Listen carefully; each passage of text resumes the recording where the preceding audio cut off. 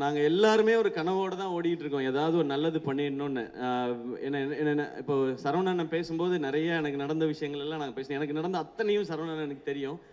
நான் எல்லாத்தையும் கேட்குறது அதான். நான் ஒரு ஆசையோடு வந்திருக்கேன். எனக்கு இவ்வளோ பேருக்கு கிடைக்காத ஒரு வாய்ப்பு எனக்கு கிடைச்சிருக்கு. இந்த வாழ்க்கையை அர்த்தமுள்ளதை ஆக்கிக்கணும்னு நான் ஆசைப்படுறேன். ஏன்னா எனக்கு மட்டுமே போதுமானதாக இருந்தால் இவ்வளோ பெரிய ஒரு பேரோ புகழோ பணமோ கடவுள் கொடுக்க தேவையில்லை. அது உனக்கு மட்டும் யூஸ் ஆகக்கூடாது, இன்னும் கொஞ்சம் பேருக்காவது யூஸ் ஆகணும்னு அவர் சொல்கிறாருன்றதான் நான் எவ்ரி படம் ஹிட் ஆகும் போதும் சம்பளம் வாங்கும் போதும் அதை நான் நினச்சிப்பேன். அதை முடிஞ்ச அளவுக்கு எனக்கு தெரிஞ்சவங்களுக்கோ நல்லது நான் பண்ணிகிட்டு இருக்கேன். இதை படத்துலையும் என் இண்டஸ்ட்ரிக்கு, எனக்கு இந்த இடத்த கொடுத்த இண்டஸ்ட்ரிக்கு நான் திருப்பி ஏதாவது கொடுக்கணும்னு நினைக்கிறது தான் இந்த மாதிரி படங்கள் பண்ணுறது. ஸோ நான் இதை தான் பண்ணணும்னு நினைக்கிறேன். நான் இங்கே யாருக்கும் போட்டியாவோ, யாரையும் தாண்டி போகவோ, யாரையும் அட்டாக் பண்ணவோ, காலி பண்ணவோ அதுக்கு நான் வரல. எனக்கு கிடைச்சிருக்க இந்த வாழ்க்கையும் வாய்ப்பையும் ஒழுங்காக பயன்படுத்திக்கணும்னு நினைக்கிறேன். என்ன அதுக்கு விட்டுருங்க, அதை தான் நான் கேட்கணும்னு நினைக்கிறேன்.